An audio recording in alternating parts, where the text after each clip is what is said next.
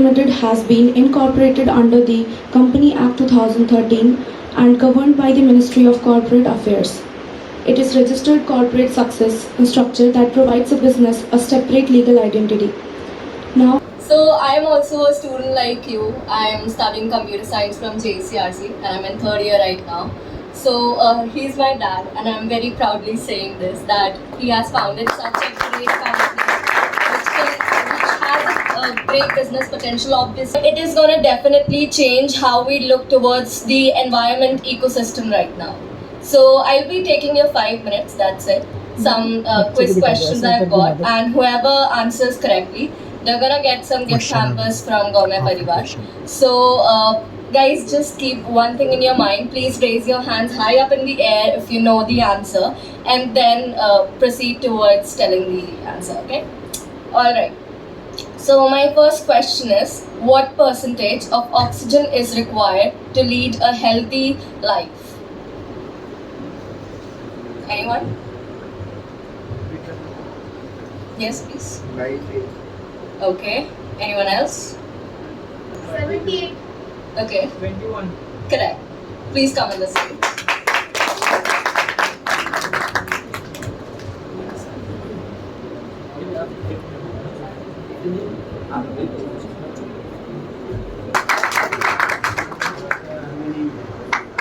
The next question is, a special train carrying cancer patients from one state to another. Can you name both the states? This is one and only train which operates in India which carries cancer patients. Please raise your hand. I can't hear. Yeah. Maharashtra, Gujarat. Okay. Anyone else? Punjab, Rajasthan. Yeah, correct. Yeah, please.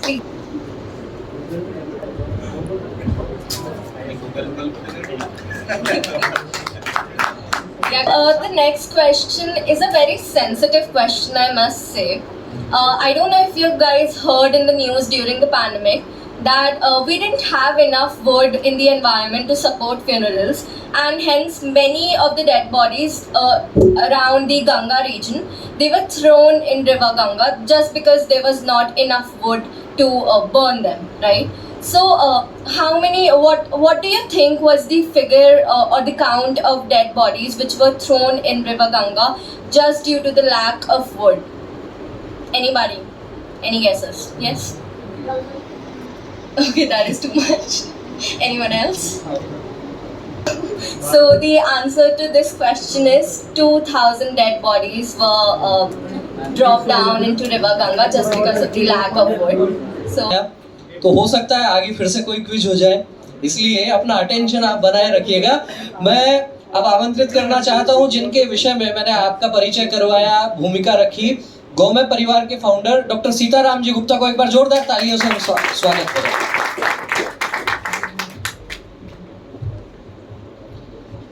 आप सभी को मेरा गौमय प्रणाम।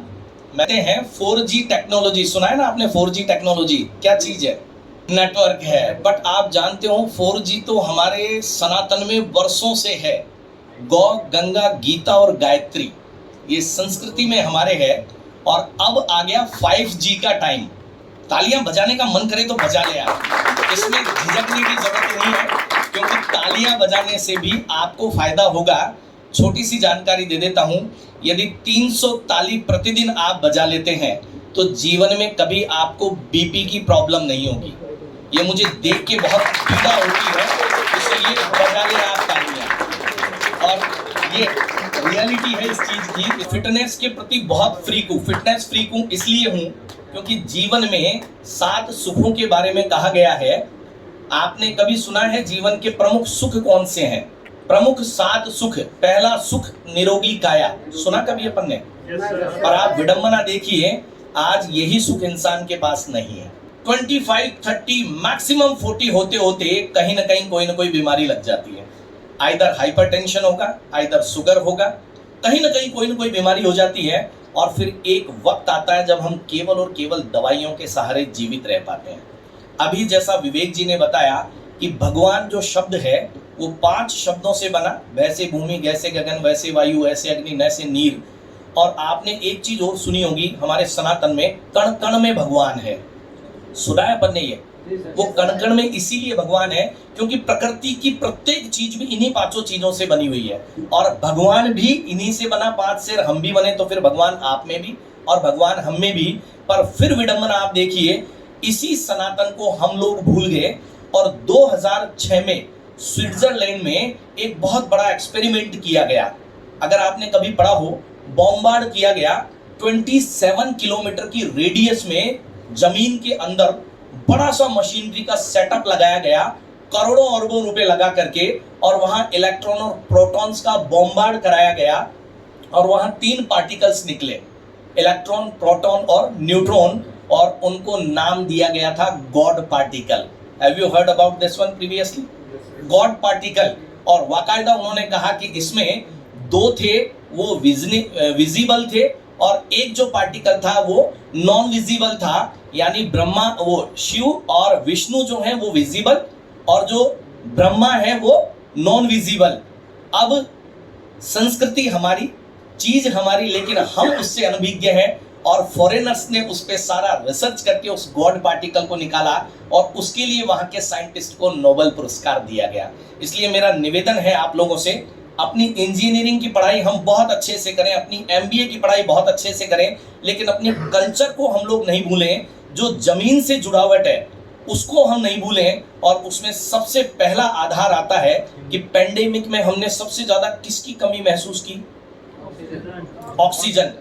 ऐसी चीज जो 2 minute भी ढंग से हमको नहीं मिले ना, तो ये सब यहीं धरा का धरा रह जाएगा। उस चीज को मिलती कहां से है? ऑक्सीजन। और हम कर क्या रहे हैं? सब काट रहे हैं ना। यही विचार दिमाग में आया कि जब पहला पेंडेमिक आया कोरोना का, तो 1.5 महीने सब फ्री थे।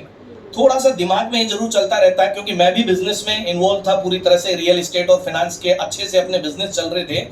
1.5 महीने जब फ्री रहे तो थोड़ा सा दिमाग में आया कि हम कर क्या रहे हैं लाइफ में? केवल अपना बिजनेस कर रहे हैं, अपना पेट पाल रहे हैं, थोड़ा बहुत समाज का कर दिया। क्या कुछ ऐसा नया किया जा सकता है जो इस दुनिया में बहुत बड़ा हेतु सिद्ध कर सके? और उन दिनों में रात्रि को छत पे बैठा करते थे। यहाँ का मैं नहीं कह सकता, लेकिन जयपुर में पॉल्यूशन भयंकर है। रात में शाम को कभी छत की तरफ देखो तो तारे नजर ही नहीं आते हैं क्योंकि क्लाउडी इतना रहता है ड्यू टू पॉल्यूशन कि हमें ऊपर का कुछ बहुत ढंग से नहीं दिखता। लेकिन उन दिनों की बहुत अच्छी चीज हुई और आपने पेपर्स में भी पढ़ा होगा, यमुना अपने आप साफ हो गई, जहां सरकारें करोड़ों अरबों रुपए खर्च करके साफ करने की कोशिश। लेकिन उन दिनों क्योंकि सारी फैक्ट्रीज बंद थी, सारे लोग घरों में थे, कचरा फैलाने का चांस ही नहीं था, तो यमुना अपने आप साफ हो गई, गंगा अपने आप साफ हो गई और आकाश की तरफ देखे तो तारे साफ नजर आने लग गए। तो वहीं बैठे बैठे मन में ख्याल आया कि नेचर ने तो सब कुछ अच्छा दिया है, बिगाड़ने का काम किसने किया है? तो इंसान तो फिर जानवर से भी गया गुजरा हो गया, क्योंकि जानवर भी कुछ अगर प्रकृति से लेते हैं तो कुछ देने का भाव रखते हैं, और एक इंसान ही क्या ऐसा हो गया जो सब कुछ बस लेना ही लेना है और उसको बिगाड़ना ही बिगाड़ना है। वहीं से एक विचार आया कि क्या हम पर्यावरण को ठीक कर सकते हैं, हमारी भूमिका कहाँ हो सकती है। और ऐसे ही ईश्वरी कृपा से वो विचार आया कि क्या हम कुछ ऐसा कर सकते हैं जो डिफरेंट और आम आदमी के लिए बहुत बेनिफिशियरी हो। और वहीं से उस थॉट को और क्लियर करने के लिए उन विचारों को मैंने लिखना शुरू किया। आपको आश्चर्य होगा, 7 से 10 दिन के अंदर एक किताब लिख करके तैयार हुई और उस किताब को विश्व की प्रथम पुस्तक बनने का दर्जा हासिल हुआ। एक बार ताली बजा दो। ये आप देख रहे हैं, इस किताब को लिखने का सौभाग्य मिला। और विश्व की प्रथम पुस्तक क्यों बनी?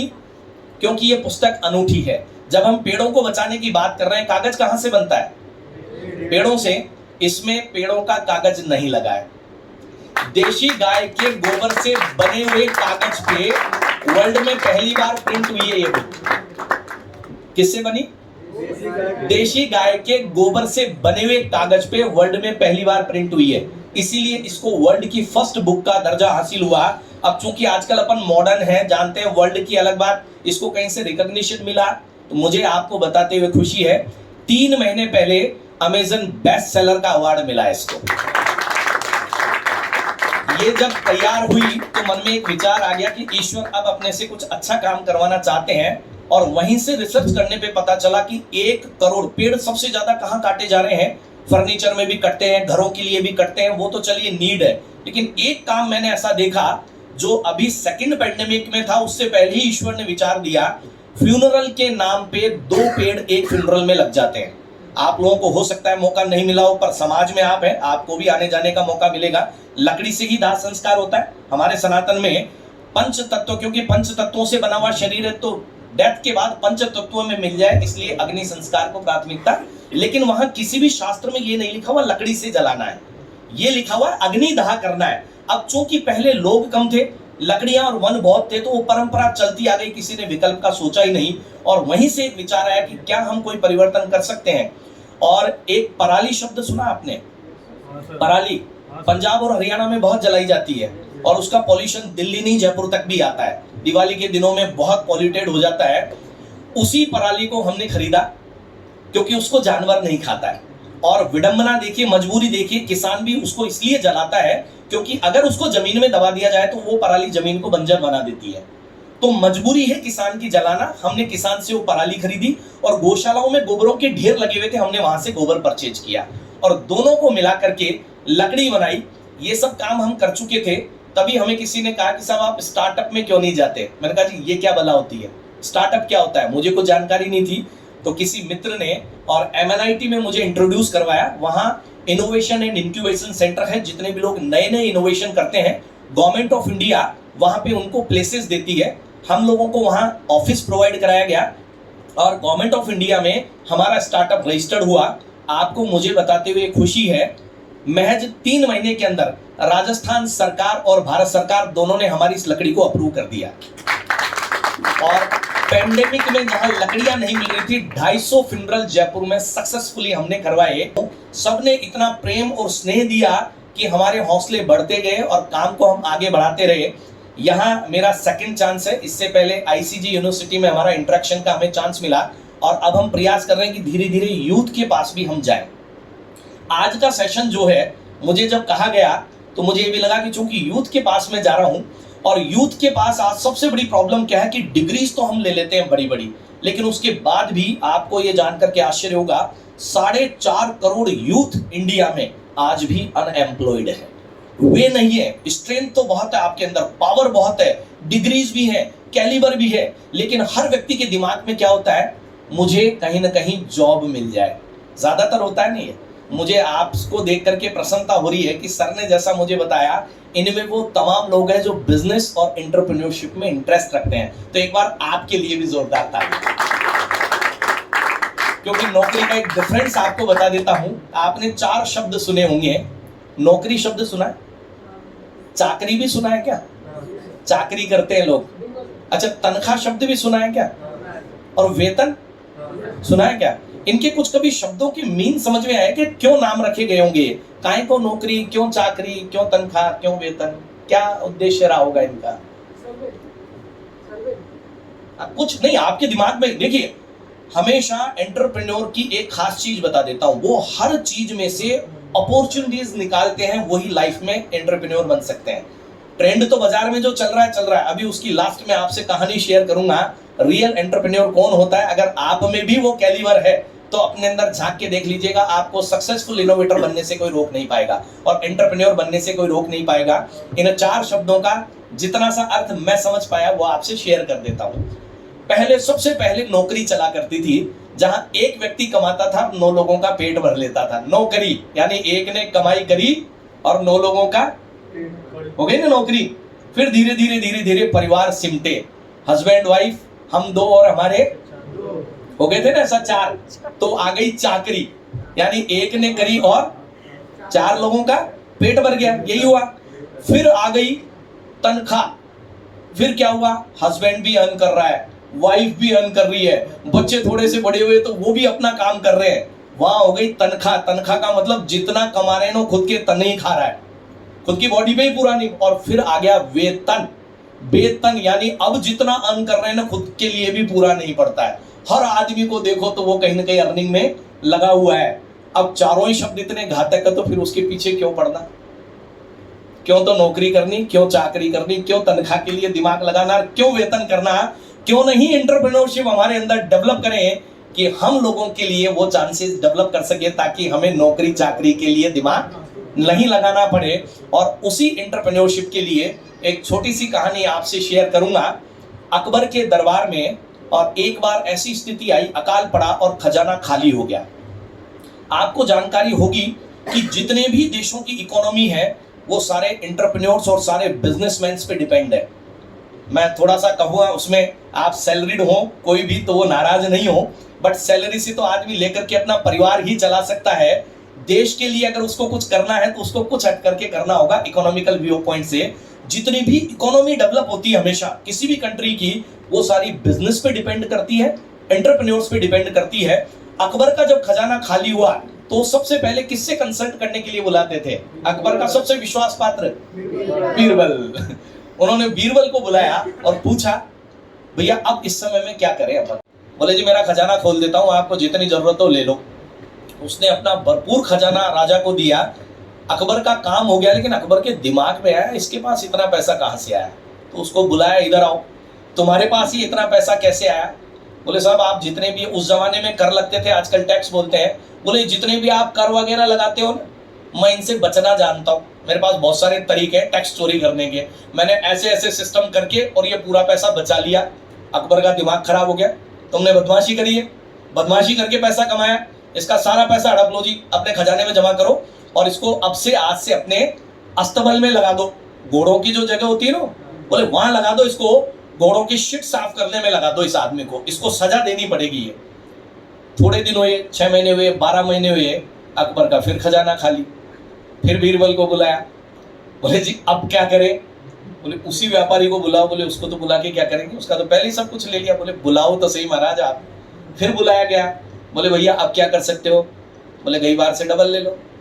है डबल कैसे ले ले, तुमने तो खाली कर दिया था। बोले साहब एंटरप्रेन्योर हूं ना, बिजनेसमैन हूं ना, या आपके जितने भी घुड़सवार, जितने भी सेना के जो सब लोग थे ना, वो बदमाशी किया करते थे ना, मैंने उन सबको ताकीद कर दिया। राजा ने मेरी ड्यूटी यहाँ लगाई है और तुम लोग बदमाशी करोगे ना तो अपना जो जो भी बेस है ना वो हिस्सा टाइम टू टाइम मुझे देते जाना, वरना तुम लोगों की सबकी मैं लिस्ट वहां दे दूंगा। ऐसे मैंने इकट्ठा कर लिया। अकबर ने सिर पकड़ लिया, आदमी है क्या है? बोले फिर कहा नहीं इसका सारा पैसा ले लो, क्योंकि इसने बदमाशी करी है, वहां भी लोगों से ब्राइब ली है तो वो भी तो बदमाशी है। अब क्या करें? बोले इसको वहां पे जो सुदूर समंदर है ना, वहां पूरे तट पे इसको लगा दो और अब इसका काम होगा जितने भी वो जहाज आ रहे जा रहे हैं ना उनकी काउंटिंग करेगा ये। अब देखते पैसा कैसे कमाता है। फिर 6 महीने साल भर हुए, फिर अकबर का खजाना खाली। फिर किसको बुलाया? किसको बुलाया? बीरबल को। फिर पूछा भाई क्या करे? बोले उसी व्यापारी को बुलाओ। अरे बोले अब क्या होगा, अब तो कुछ हो ही नहीं सकता। तो बोले महाराज बुलाओ तो सही आप। फिर बुलाया, बोले भाई अब कुछ कर सकता है क्या? बोले अब गई बार वाले से फिर डबल ले लो। अब क्या किया भाई?